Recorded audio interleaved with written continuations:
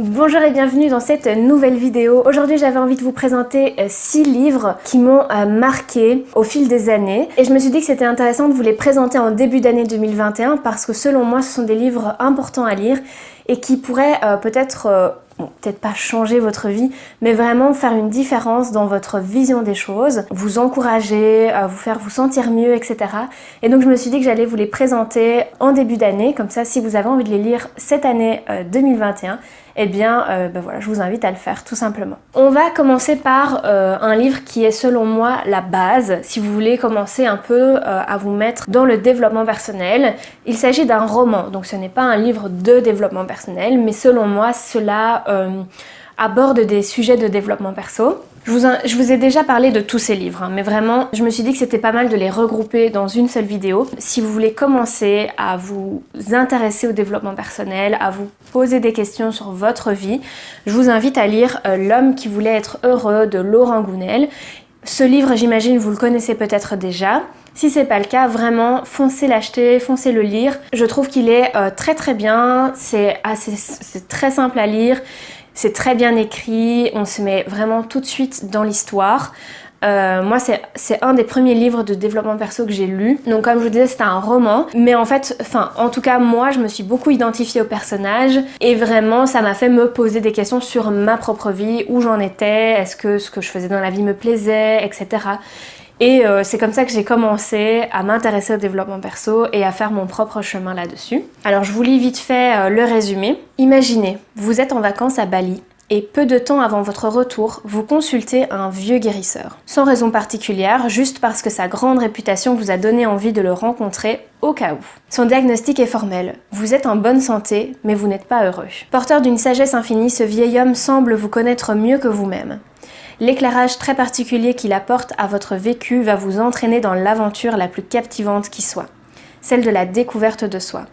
Les expériences dans lesquelles il vous conduit vont bouleverser votre vie en vous donnant les clés d'une existence à la hauteur de vos rêves. Est-ce que ça vous donne pas envie de le lire?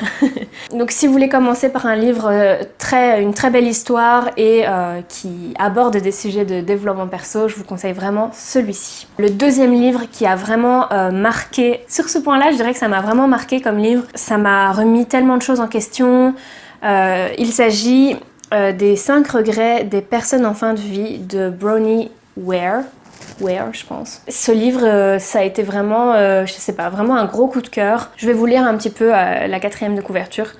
Donc, à votre avis, quels pourraient être vos 5 plus grands regrets à l'automne de votre vie? Bronnie Ware, infirmière en soins palliatifs, a posé cette délicate question aux patients qu'elle a accompagnés durant leurs dernières semaines et avec lesquels elle a tissé des liens profonds. Émue par leurs réponses sincères et authentiques, mais aussi bouleversée par la similitude de leurs témoignages, l'auteur a souhaité les partager au travers de cet ouvrage intense qui nous fait tous réfléchir sur le sens à donner à notre vie. Alors ça pourrait vraiment paraître déprimant comme livre parce que voilà, on se dit c'est une infirmière en soins palliatifs qui interroge ses patients qui vont mourir, mais vraiment ça donne de l'espoir et ça donne envie de se bouger justement parce qu'on n'a pas envie d'avoir les mêmes regrets que ces patients-là. J'avais fait une vidéo là-dessus, je vous la mettrai dans le petit i sur un peu un résumé de ce livre vite fait, mais je vous invite vraiment à aller le lire, il est prenant, il est émouvant.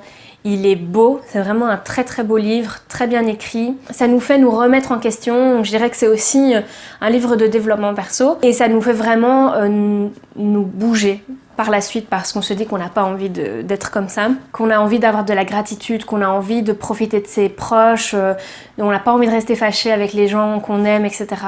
Parce que forcément, quand on arrive à la fin de sa vie, il est trop tard et on n'a pas envie d'avoir ces regrets.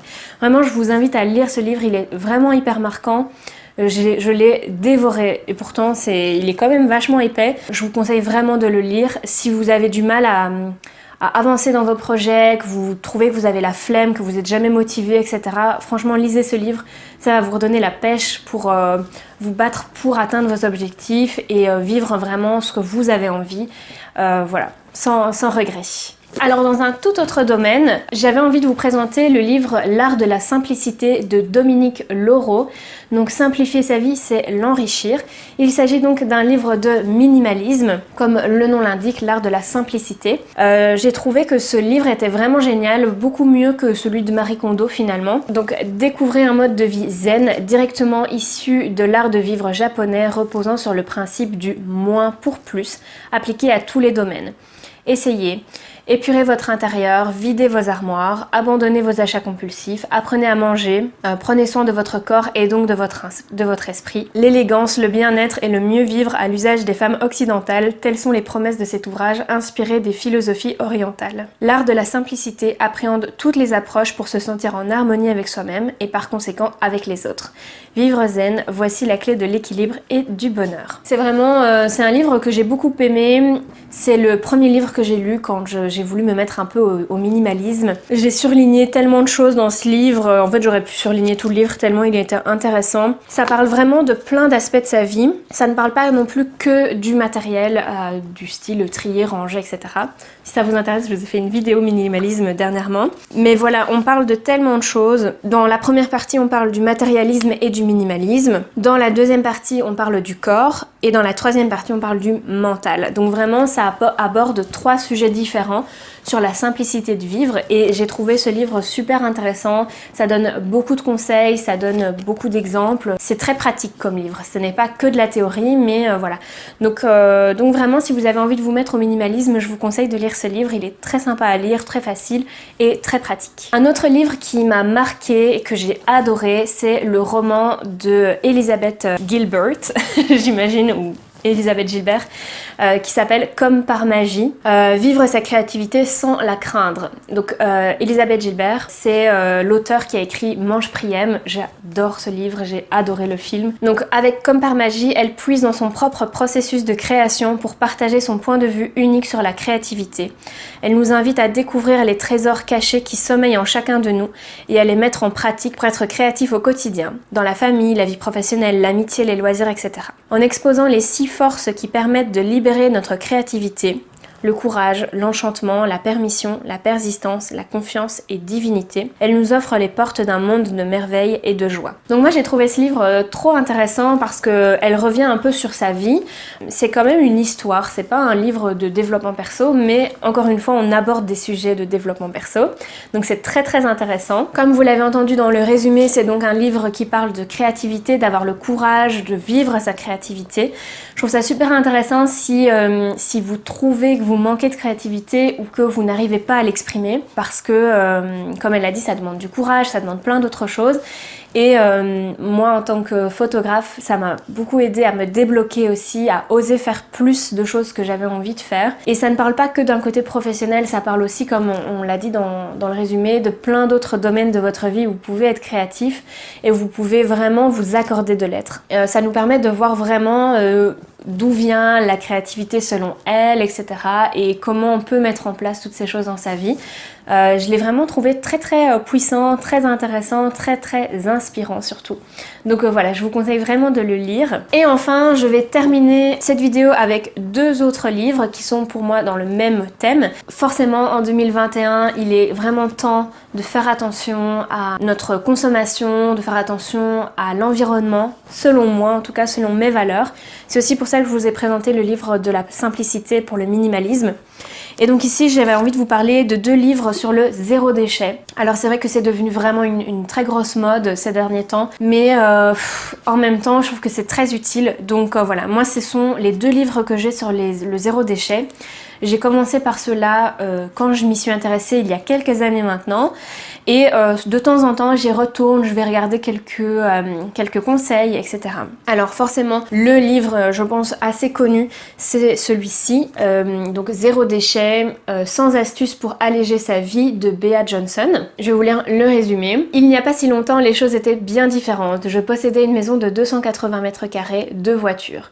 Aujourd'hui, moins j'ai de biens matériels, plus je me sens riche et je n'ai plus besoin de sortir les poubelles. Allégez-vous, tel est le conseil de Bea Johnson depuis que sa famille et elle ont réussi à réduire de 40% leurs dépenses annuelles en ne produisant aucun déchet. Nul besoin de changer de vie, celle qui est désormais suivie par des milliers de fans dans le monde entier nous livre ici une centaine d'astuces simple à appliquer pour respecter l'environnement et faire de vraies économies. Un défi à relever pour la planète et votre santé. Comme on le dit, c'est un livre vraiment très pratique. Elle livre vraiment ses conseils pour plein de choses dans la vie quotidienne, que ce soit le ménage, les courses, les choses dans la maison, est-ce qu'on achète en gros, est-ce qu'on achète en vrac, limiter le plastique, l'eau, etc. Enfin vraiment, je trouve que c'est un excellent livre pour se mettre au zéro déchet, pour avoir des idées de choses pratiques à mettre en place.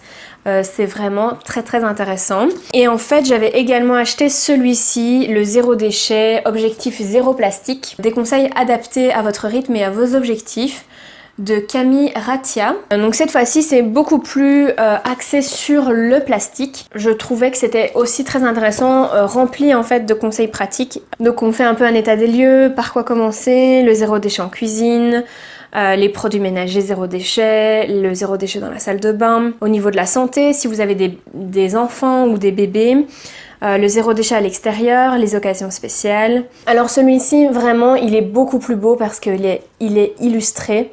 Donc vraiment, voilà, ça donne peut-être un peu plus envie de le lire. Mais vraiment, en tout cas, c'est un livre très intéressant à lire. Donc je trouve que c'est peut-être bien de commencer par celui-ci parce que ça donne envie de le lire et que ça nous donne vraiment des conseils assez pratiques. Et puis si vous avez envie d'aller plus loin, vous pouvez lire celui-ci qui est peut-être encore un peu plus complet, qui est peut-être juste un petit peu moins beau, mais tout aussi pratique et c'est surtout ça qu'on veut. Donc voilà, j'espère que cette vidéo vous aura plu. N'hésitez pas à me dire si vous connaissez ces livres, peut-être quels sont vos essentiels, vos livres essentiels qui sont importants à lire en 2021. Notez-moi ça en commentaire et si je ne les connais pas, peut-être je les commanderai pour les lire. J'espère que ce genre de vidéo vous aura plu. Moi je sais que j'adore regarder ce genre de vidéo parce que ça me donne des nouvelles idées, puis ça ouvre l'esprit à plein de nouvelles choses, même quand on est un petit peu réticent au début. Donc voilà, je trouvais ça super sympa de vous proposer cette vidéo, j'espère qu'elle vous aura plu. N'hésitez pas d'ailleurs à mettre un petit pouce si c'est le cas, à vous abonner à la chaîne si c'est pas encore fait, n'oubliez pas de me laisser un petit commentaire. Vous pouvez me suivre sur Instagram, je vous laisse mon pseudo juste ici et je vous dis à très bientôt dans une prochaine vidéo. Salut!